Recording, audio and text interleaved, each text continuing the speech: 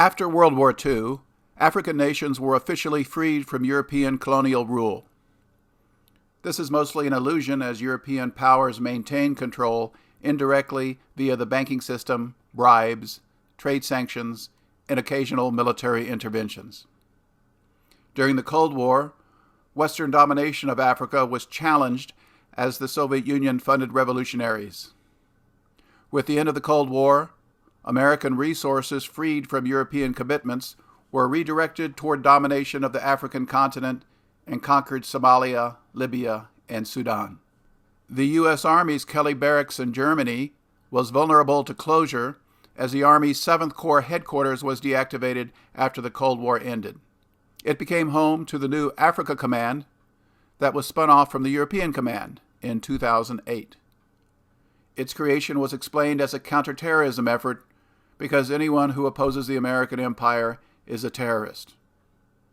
The proposed 500-man Africom quickly grew to a 2,600-man staff, requiring new construction at Army bases in Germany to support the booming Africom business. The only American military base in Africa was a small outpost on the Red Sea called Camp Lemonnier. It quickly expanded into a large base with an airfield and 3,000 GIs that also employs 1,200 locals. The U.S. Army maintains an infantry battalion there with 1,000 soldiers who can deploy to any African nation within hours. Dozens of small military bases were constructed in Africa as thousands of American special forces arrived to expand the American empire. The first mission for Africom was the conquest of Somalia, Libya, and Sudan. Former American four-star General Wesley Clark leaked this when he appeared on a 2007 PBS News show where he revealed that he visited the Pentagon a few days after 9/11. A general who once worked for him was upset and told him, quote, "This is a memo that describes how we're going to take out 7 countries in 5 years, starting with Iraq, and then Syria, Lebanon, Libya, Somalia, Sudan, and finishing off Iran," end quote. This plan is based on the neocon strategy to allow for the gradual expansion of Israel by destroying independent Arab states who object. See the link below for General Clark's full account. Somalia had been in chaos for years and would require lots of foot soldiers to gain control. The Ethiopian army was hired to do the job. In late December 2006, the Ethiopian military, backed by American air power, invaded Somalia and eventually captured the capital, Mogadishu, driving out the Union of Islamic Courts from power. The invasion force installed the American-created Transitional Federal Government. Its support in Somalia was weak, and Somali tribes joined forces to expel this invading army. The 50,000 Ethiopian troops found themselves facing fierce resistance and withdrew after 10 years of bloodshed, leaving Somalia worse off. A new Somalian army had been created that keeps order in cities with the help of American special forces and weekly American airstrikes. The Americans installed Abdullahi Mohamed, pictured, as puppet ruler of Somalia. He was a U.S. citizen and graduate from the State University of New York.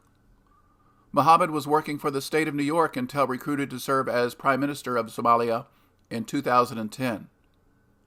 The American conquest of Somalia was successful, but instability remains. Another nation on General Clark's hit list was Libya, which was destroyed in 2011, leaving Africa's most prosperous nation in ruins. See the related tale link below. The other neocon target in Africa was Sudan. It had been run by dictator Omar al-Bashir since 1989, who struggled to manage violent tribal conflicts. He didn't follow orders from the American empire, so economic sanctions were imposed and thousands of United Nations troops were deployed by the Americans to oust him. The empire broke off the oil-rich region into a new nation called South Sudan to weaken his power. Al-Bashir was finally ousted in 2019 and replaced with a puppet president from London, Abdalla Hamdok. He is seen here in 2019 with U.S. Treasury Secretary Steve Mnuchin, who arrived with plans to secure American control of Sudan.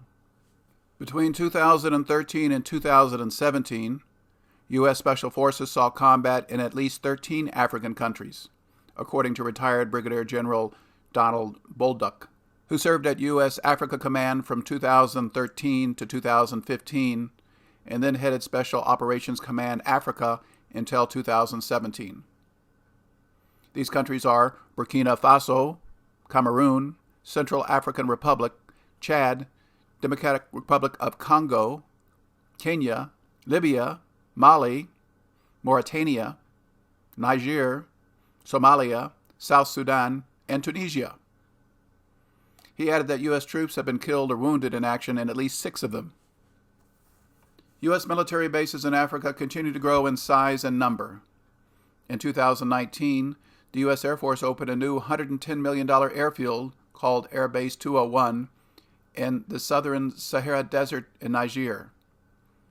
Its 2,600-foot runway supports drone flights and is capable of supporting aircraft up to the huge C-17 Globemaster transport. During its first decade, Africom managed to secure all of Africa.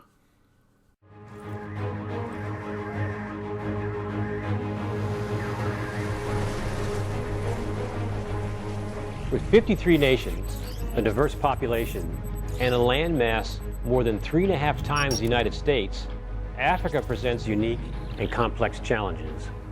There are 3 priorities on which I asked the Africom team to focus. First is build defense capabilities of our African partners and regional organizations. The second, be prepared to respond to crises on the continent. And third, deter and defeat transnational threats operating in Africa.